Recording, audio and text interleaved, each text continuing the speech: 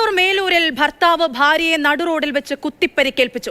ഗുരുതര പരിക്കേറ്റ യുവതി ചികിത്സയിലാണ്. ഭർത്താവ് മണികണ്ഠൻ പോലീസ് കസ്റ്റഡിയിലാണ്.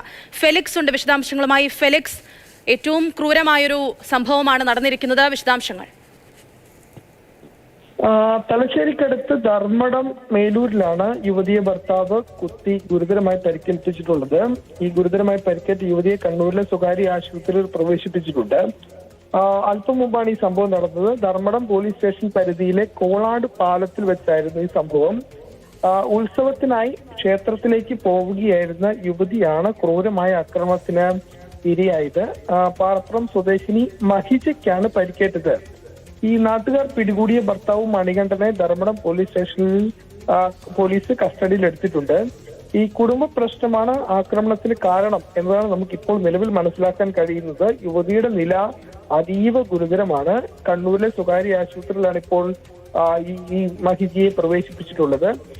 പ്രതിയിൽ നിന്നും ആക്രമണത്തിന് ഉപയോഗിച്ച കത്തികളും ഏതായാലും ഇപ്പോൾ കണ്ടെടുത്തിട്ടുണ്ട്. ഏതായാലും പോലീസ് പറയുന്നത് കുടുംബ പ്രശ്നമാണ് ഈ ആക്രമണത്തിന് കാരണമെന്നാണ്. ഏതായാലും യുവതിയുടെ നില അതീവ ഗുരുതരമായി തുടരുകയാണ്.